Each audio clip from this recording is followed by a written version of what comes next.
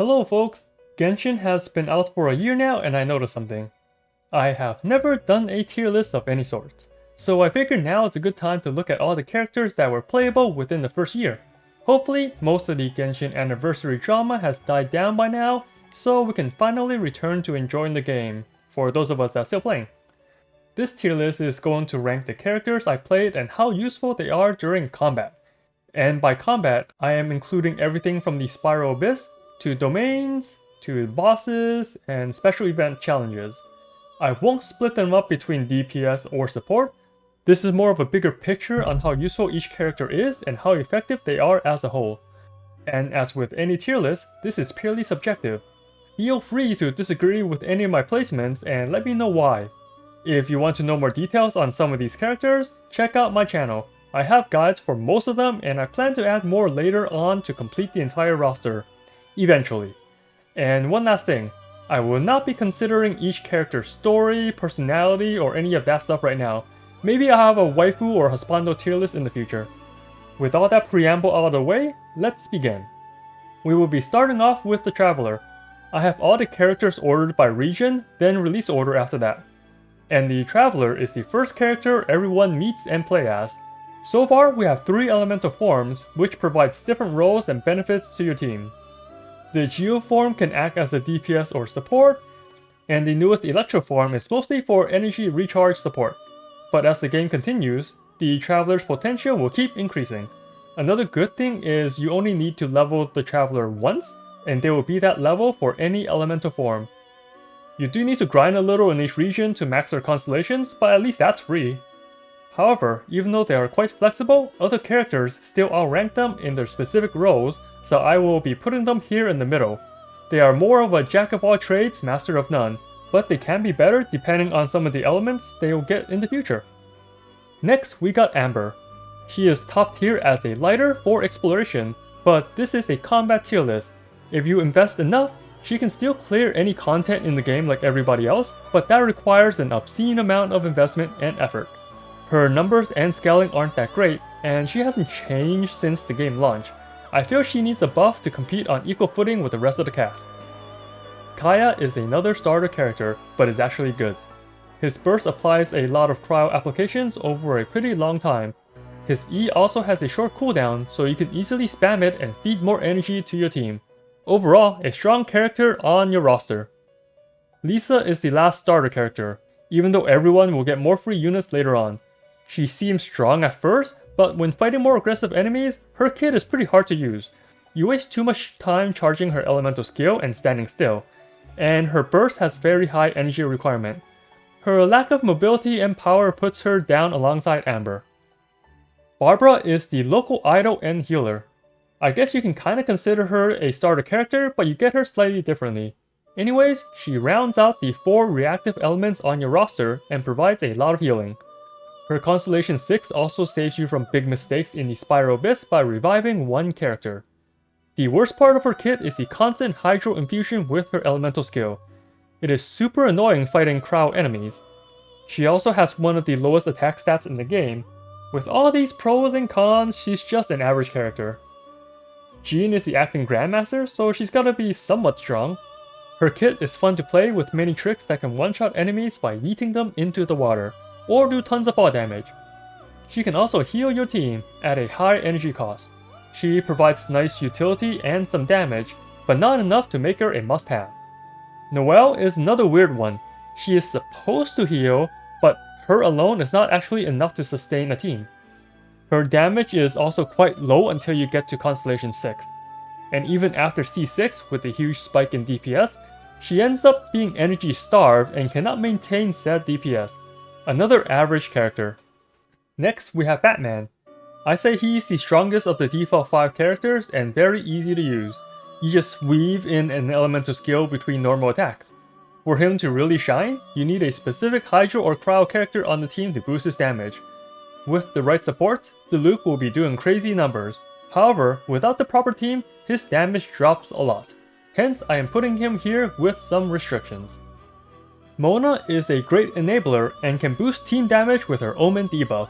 But to maximize her damage, you need very specific teams like Morgana and use your abilities in a set rotation. In the right hands, she is the most important unit for that team. Her strong suit is also her downfall, since her power drastically drops in most other teams in the game. She also has a horrible dash. I rank her here below Diluc. Hisho is very strong. Actually, she isn't strong herself, but Oz is a powerhouse. Her biggest strength is the amount of off-field damage Oz can deal. If you can get her to Constellation 6, that damage skyrockets and becomes a core member to certain elemental reaction teams with Electro Charge and Swirl. I would say her turret style is a set it and forget it tool, but in reality, you need to move it from time to time to keep Oz in range of enemies, especially if you are causing the overload reaction. She's great on some teams and average on others. I am kinda biased with Razor since he was my main DPS on my main account since the game released. This recently changed and I replaced him with a DPS pair of 2 5-star units, but it did take 2 5-stars to out DPS my Razor boy. He is very easy to use and build, and you can dodge attacks at any point in his combo without losing much DPS. It's physical, and lots of bosses and later enemies are fairly resilient towards physical damage. You can help him out by pairing him with cryo units for superconduct, but he will still lose out to amplifying elemental reactions. I guess that's the trade-off, being super easy to use versus dealing top tier damage. Bennett is another character I use a lot. Actually, in the anniversary web event, Bennett was my most used character on all my accounts. That's because his kit is second to none. Nobody else in the game so far can provide the amount of healing and attack buff that Bennett can. One burst and your team is ready to go. With enough energy recharge, you can easily have his burst ready every 15 seconds. This means there will only be 3 seconds in each rotation where you will not be healing and amping your damage. Okay, the 3-second downtime is a little bit too ideal to achieve for most fights, but you get the idea. Bennett provides so much support in just a single button. He is pretty much a 5-star in disguise, and definitely trivializes the game.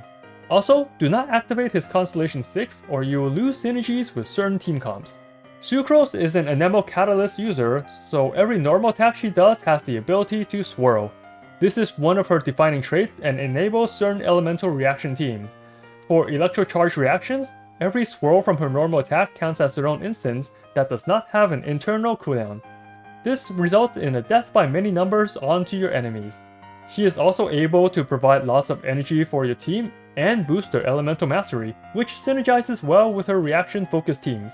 However, in teams that do not utilize elemental mastery, Sucrose will feel quite frail. Alright, the first event character and a god no less. His kit fits his status. At high enough levels, Venti's burst will disable most enemies in the game, letting your team freely tack on more AoE damage. Yeah, I know some characters cannot reach enemies sucked in Venti's vacuum, but you can alter your skill rotations and make it work. Both Venti's abilities have crazy amount of damage scaling, and they both swirl enemies, resulting in even more AoE damage. There's a reason only a couple new characters since Venti's release have scaling numbers close to his. If you have Barbados, he will surely not disappoint. Now from one nuke to another. I think Klee has the highest skill ceiling of any character, but still can do good damage without optimizing her all the way. You wouldn't expect such damage from such a small stature, but she just keeps tossing out bombs and they hurt. With the proper use of Machine Gun Klee and empowered charge attack cancels, she is one of the top DPS in the game, but it is hard to maintain that level of play for long. Most of the time, she'll be around Diluc's level of damage. Tartaglia is the first character with paragraphs for skill descriptions. You can play him as an archer, but he is mostly known for his melee AoE damage. With proper time management in his melee form, Child made the Fireworks team relevant. It is also pretty to look at, with all the hydro and electro effects splashing off enemies. He is not a hypercarry and does need specific support, but is very strong in proper situations. Diona is a support mainly known for being the best cryo battery and provides some damage mitigation. Her shield is really nice to have. The damage prevention is nice, but almost nobody mentions the speed increase and stamina usage reduction you get with the shield. Her healing is actually pretty minor, but in proper freeze teams, you shouldn't be taking much damage in the first place. I can't say much about Albedo. I know his kit enables your team to do more damage, but I missed out on his banner since I was unlucky and didn't have the Primo Gems back then. To keep this fair, I have to put him in this category since I don't own him, on any of my 3 accounts, and I do not want to guess his strength from hearsay. Rosaria is very similar to Kaya. They both supply lots of cryo reactions and energy. The trade-off is the burst being stationary or not. Rosaria's burst does not travel with you, but she does provide a crit buff to your team. Personally, I like using Rosaria over Kaya since her animation is just a lot smoother. You can also have more build varieties with a Crescent Pike physical build instead of being forced to do cryo damage. But since she is pretty similar to Kaya, I'll have to place them together. Eula is our last Mondstadt character. She is another tactical nuke, but one with a delay. Her burst, when used correctly, is the single highest damage hit in the game, but it is not instant and requires some setup to perform. This makes her weird to use when fighting weaker enemies or bosses with transition phases. You might time your burst poorly and have to activate it early or just miss it entirely. That is definitely her biggest restriction. Ningguang feels like another 5-star character in disguise, at least when you reach Constellation 6. She feels pretty fun to play since you'll be using her burst left and right. Being Geo, she can fit into any team, but at the same time, she does not excel in every team. She will need another Geo unit or Daddy Zhongli to buff her damage since Geo doesn't have any offensive reactions yet. Keqing is a versatile character. She can fit in many teams and can be a physical DPS, electro DPS, even cryo and pyro DPS with Chongyun and a C6 Bennett. By the way, do not C6 Bennett. However, being able to fit in all those roles equally means she won't overtake the damage from other more specialized characters. Another jack of all trades, master of none.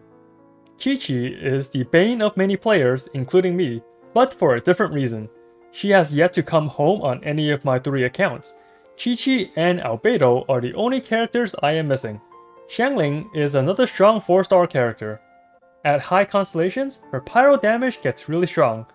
She is the best off-field pyro unit, able to do tons of damage by reverse vaporizing with her elemental burst. For early game, she is one of the best Crescent Pike users for a physical main DPS.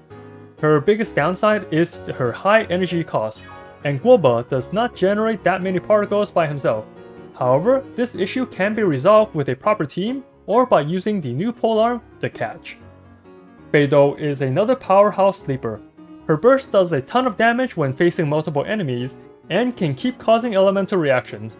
Electro Charge is the most preferred since Beidou is practically a requirement in firework teams. Her counter mechanic is also fun to master and makes her playstyle pretty unique. Once again, like most other burst DPS, she has a high energy cost and needs a battery to maintain the burst uptime. Chongyun tries to be strong, but his scaling lacks the power needed. However, what he lacks in strength, he provides in support. The cryo infusion is nice for some specific teams, his attack speed buff is very nice, and the cooldown reduction is one of his best charms. But the infusion is not for everyone, and it does not help range units that much. Xingqiu is the last Liyue character from the original roster, and I'm saving the best for last. His elemental burst has the highest scaling so far, with over 5000% hydro attack damage at max constellations, and the common problem that other burst supports have with high energy cost can be solved with the sacrificial sword. You will not need a hydro battery on his team with this weapon, and his biggest strength is the burst being able to apply hydro for a long time. This allows him to let your pyro carry vaporize their strong pyro hits. Xingqiu is the best support for Diluc and Wu Tao. He's also great with Klee and Yanfei, but the Catalyst users will need proper timing to get the vaporized reactions in the correct order. Now comes the powerhouse. Zhongli started off quite weak, but with the power of angry fans, he is now one of the best supports in the game. His shield stops a huge amount of incoming damage, and he can pretty much permanently buff your team's attacks with the 4-piece Tenacity set. You can build him for damage, but it's not that great, especially since his burst has a very long animation and wastes a lot of time. The worst part about Zhongli is how he unteaches players to dodge correctly and makes them worse at avoiding dangerous mechanics. Xiao is usually categorized as another hypercarry. And yes, while he does do crazy damage during his burst, and he is one of the strongest AoE DPS in the game, Xiao is also annoying to use and maintain. He needs lots of energy, so a battery is usually required. and he hurts himself, so a healer is definitely required. My biggest problem with Xiao is his gameplay. You just spam jump and attack unless you are doing the charge attack jump cancel combo. And the camera in the game doesn't let you look down at a sharp enough angle, so most of the time, you don't even know if you are close enough to hit some enemies. Because of all these drawbacks, I need to put Xiao in a lower tier, but he is one of the strongest DPS in the game. Here's another hypercarry, probably the most well-known of the big three. Ganyu can do insane amounts of damage and stay away from danger at the same time. There are some combat encounters that won't let you casually shoot nukes from afar, but just use her famous Morgana freeze team, and Ganyu's foes won't even be able to get hits in. She is the strongest range unit and has the longest range as well. Some of the enemies in Genshin are not meant to handle long distance combat, so their simple AI can break and make some fights even more trivial. The only downside is the charge shot playstyle, which some mobile players do not like to use. Rounding out the three hypercarries is Hu Tao. When her E is up, and she is below half health, and she has the Staff of Homa, she hits harder than any semi-truck. Even without the Staff of Homa, she can still deplete life bars before her E wears off. Since her charge attack and normal attack are on different internal cooldowns, every one of her high scaling charge attacks can be vaporized with a Xingqiu support. The balance is her uptime. Her E does not last forever and has a decent cooldown. She also needs a lot of stamina for her charge attack, so players without Constellation 1 will need to use her jump cancel technique instead of dash cancel. Next up, the Forgotten Child. People did not like her gameplay and people did not like her accent. For me, I actually like the Southern Belle tone, but I guess it doesn't really fit the Chinese-inspired nation of Liyue. Her kit also has weird synergy. Part of it is support, but the pyro application is slow and the shield isn't that strong. Then there's the damaging side that can make the physical part of her burst always crit. It's just an awkward build that doesn't excel in either directions. She looks really cool, but definitely needs a buff. Yanfei is a mini Klee, even though she is taller. This lawyer does less damage overall than the Chibi Arsonist, but Yanfei makes up with very long range and tracking on her normal attacks. Her animation is also one of the smoothest for a Catalyst user, and it just feels great to play. Not to mention there's plenty of weapons and team selections that she pairs great with, not just with our Hydro Bookworm. Kazuha was a major surprise. Many thought his kit was pretty average at first, including me. After actually playing around with him, he does a lot more damage than initially thought, since he swirls a lot more than initially thought. Not only is his personal damage good, but he can buff your team's elemental damage and provide an elemental aura for a while with his burst. Just give him every elemental mastery artifact you have and toss him in any non-physical team and you will see his influence. Not to mention, he is also very fluid and fun to play. Here comes the final stretch with Inazuma proper. Ayaka is a relatively strong DPS, but there's already a bunch of other crowd DPS in the game, so the competition is pretty tough. Instead of doing huge slams, her damage comes from many tiny pokes. Because of this, she doesn't do too well reverse melting since the pyro has a hard time keeping up. But she works well in a freeze team. I say her biggest problem is the dash. Even though they reduce the animation time of hers and Mona's dash, there is still a large window where you cannot switch out characters or attack. And the dash is a major part of her kit, which is handicapping her full potential. Yoimiya is the unwanted child from Inazuma, but it is not as bad as another character later on. She does decent damage half the time since her elemental skills uptime is only around 55%. During the other time, she does very little damage, which is a sign to use the rest of the team. Yoimiya can shine when with a proper team to back her up, but that's partially because the backups are strong in their own right. Her biggest issue is the inconsistent internal cooldowns. It is a lot longer than other similar characters in the game, which makes her unable to fully utilize a vaporized team. I am still using her as an upgrade to my Razor for main DPS, but that's because she is in a team with Zhongli, Bennett, and the Raiden Shogun. She doesn't necessarily need buffs, it's more of a fix.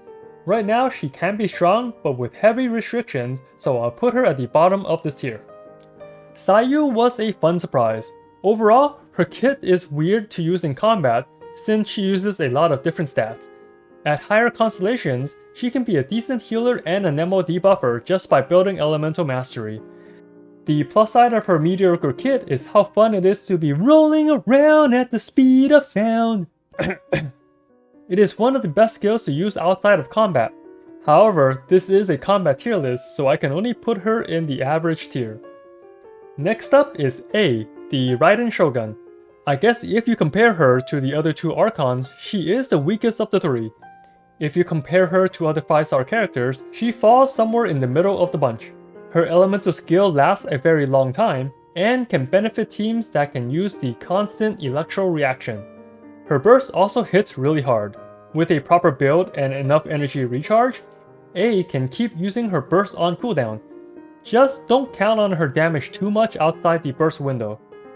Sarakujo is a support character that can buff your team, similar to Bennett. She trades off the ability to heal by adding more personal damage on her side. However, her default kit feels really awkward to use since you need to do a charge shot in the middle of combat to buff a teammate. After getting her Constellation 2, it becomes much easier. She cannot buff every active character like Benny Boy though, only the active one that receives her feather, and this buff only lasts for 6 seconds, so it's actually not as good as Bennett. But at least we have another support option for buffs now. Next up, Kokomi, the true unwanted child of Inazuma, according to MiHoYo's sales charts anyway. She is meant to be a healer that can do some damage. Not a lot, but some.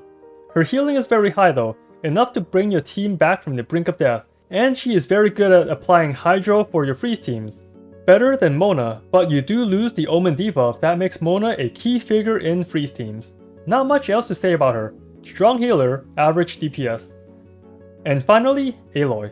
It's kinda weird ranking her since she's available for some players but not others, but since I was able to test her out, I will put her on the list.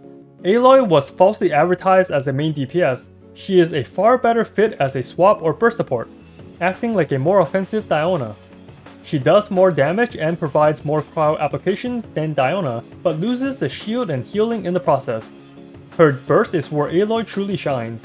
It has a very low energy cost of 40 and only a 12-second cooldown. It also scales very high, so if you can combo into proper melt reaction, she will delete enemies. And everyone can get her for free as long as you log in sometime during version 2.2. And since Toma isn't out yet, and he's not really part of the characters released in the first year of Genshin, I can finally say we are done with the list. I'm not sure why this is on the list though.